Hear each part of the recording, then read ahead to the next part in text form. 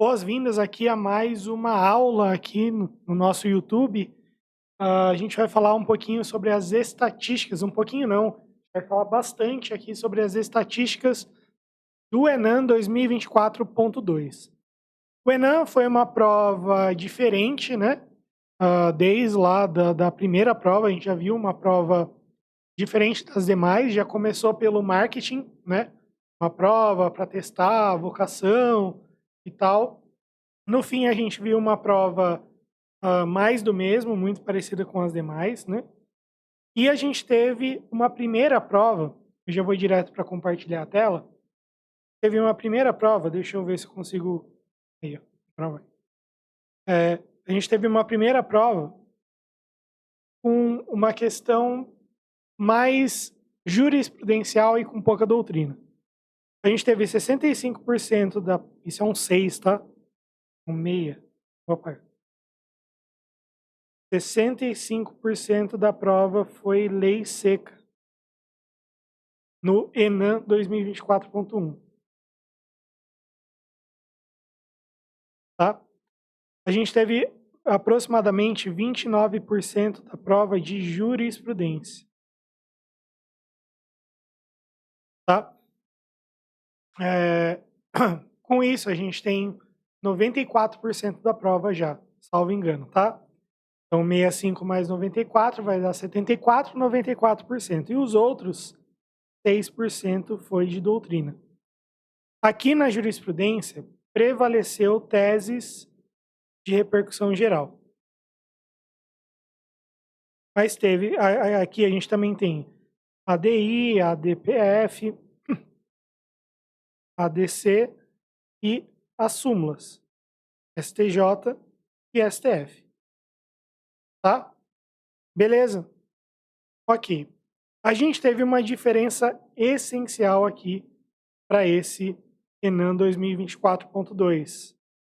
No Enem 2024.2, a gente teve aproximadamente 50%, na verdade foi 49%, dependendo aí. A gente tem dois critérios para utilizar para que a gente consiga classificar uma questão, né? A gente pode classificar alternativa por alternativa, então a A cobra, sabe? Então a A cobra um artigo, o artigo 1, a B cobra o artigo 2, a C cobra o artigo 3 e assim por diante.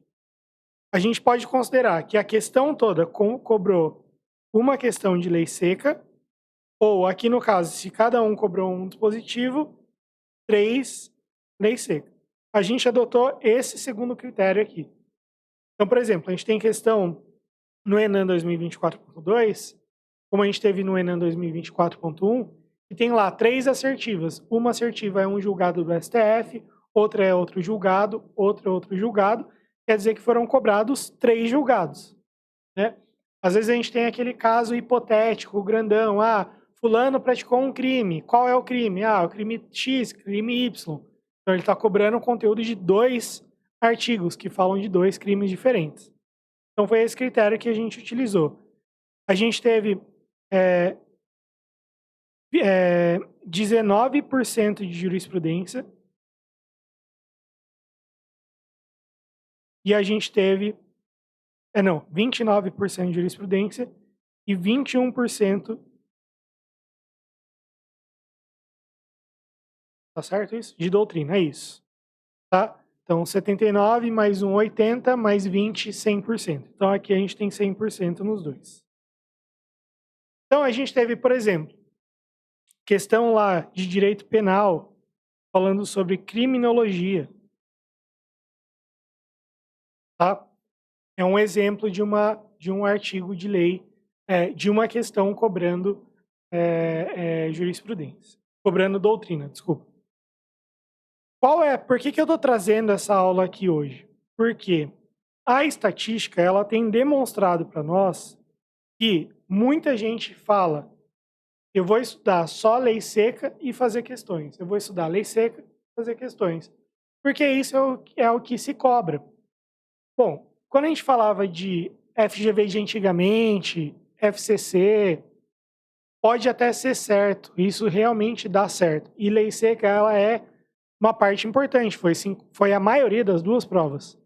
Uma com 65%, outra com 49% ou 50%. Tá? Mas a questão é que esse estudo só baseado em lei seca e questões, ele já não é mais suficiente para a magistratura há algum tempo. Esse negócio de falar assim, ó, eu vou estudar só a lei seca e vou estudar questões, ele é um negócio reducionista. O que é reducionista? Eu estou tentando simplificar não. Eu estou tentando ser preguiçoso, ter uma justificativa para ser preguiçoso. Ou seja, eu vejo um monte de livro, aqui, por exemplo, atrás, são 3, 4 livros, aqui outro mais 3, 4 livros. Quer dizer, é essa quantidade de livros que provavelmente você vai se deparar quando você vai estudar para a magistratura. E aí, quando se olha essa quantidade de páginas para estudar, eu falo, nossa, é muita coisa. Então, como eu vou demorar muito tempo, eu vou arranjar um jeito mais fácil. Qual que é o jeito mais fácil? Entre aspas. O jeito mais fácil é estudar apenas doutrina, apenas lei seca e questões. Porque há algum tempo atrás dizia-se que isso fazia sentido e que isso dava certo.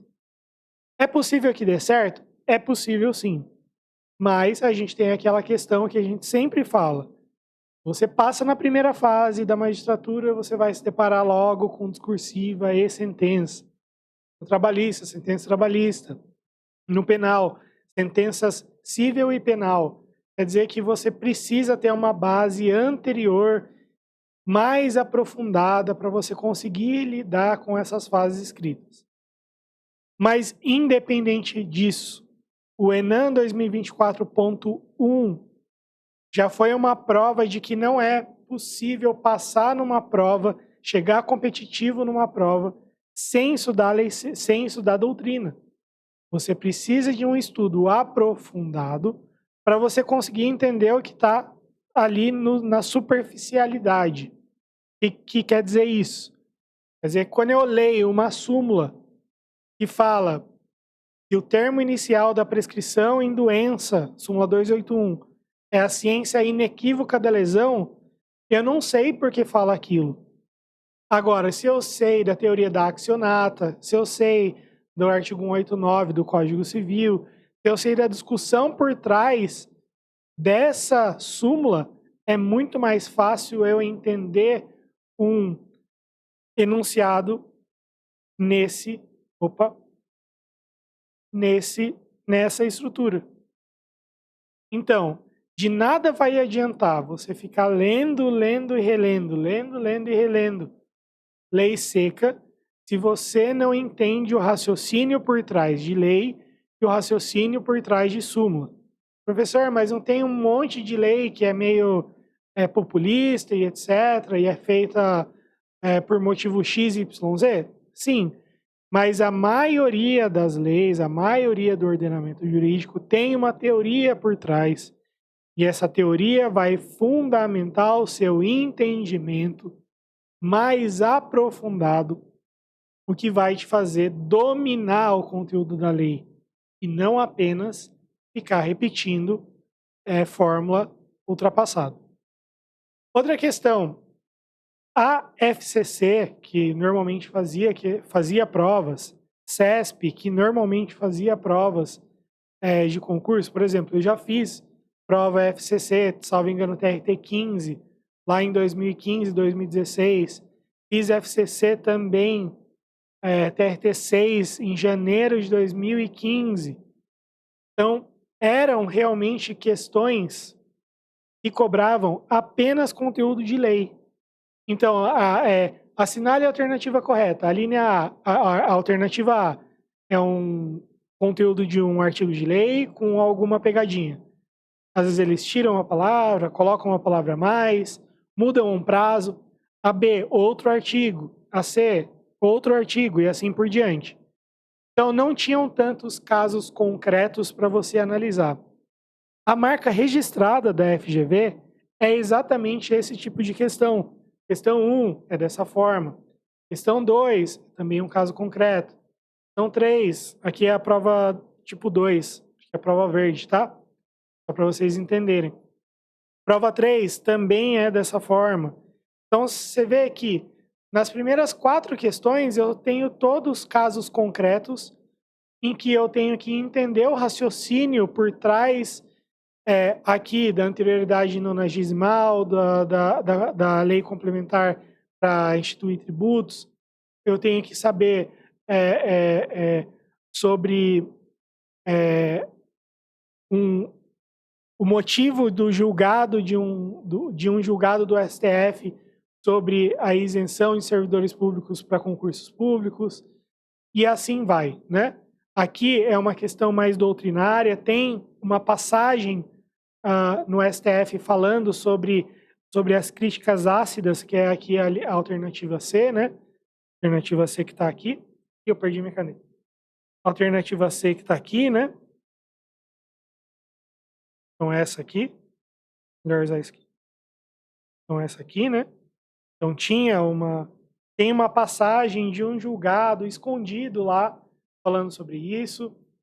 Aqui é sobre a aplicação da súmula vinculante 23. São exemplos aqui para demonstrar que esse estudo de lei seca ele não é mais suficiente.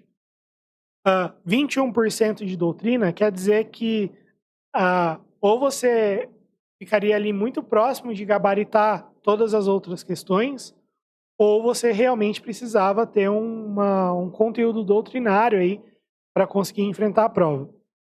Então, a mensagem que eu trago daqui é aquele negócio. Não adianta mais ficar...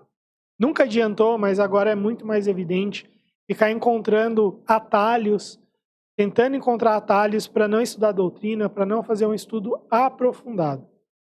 Então, é o que eu sempre falo. Você precisa de um estudo aprofundado para você conseguir entender o raciocínio por trás de texto de lei, por trás de súmula e por trás de alguns julgados do STF e do STJ. E aí, com isso, você consegue ter o raciocínio para enfrentar questões da FGV. A nossa aula de hoje é isso. Espero que vocês tenham gostado e a gente se vê na próxima.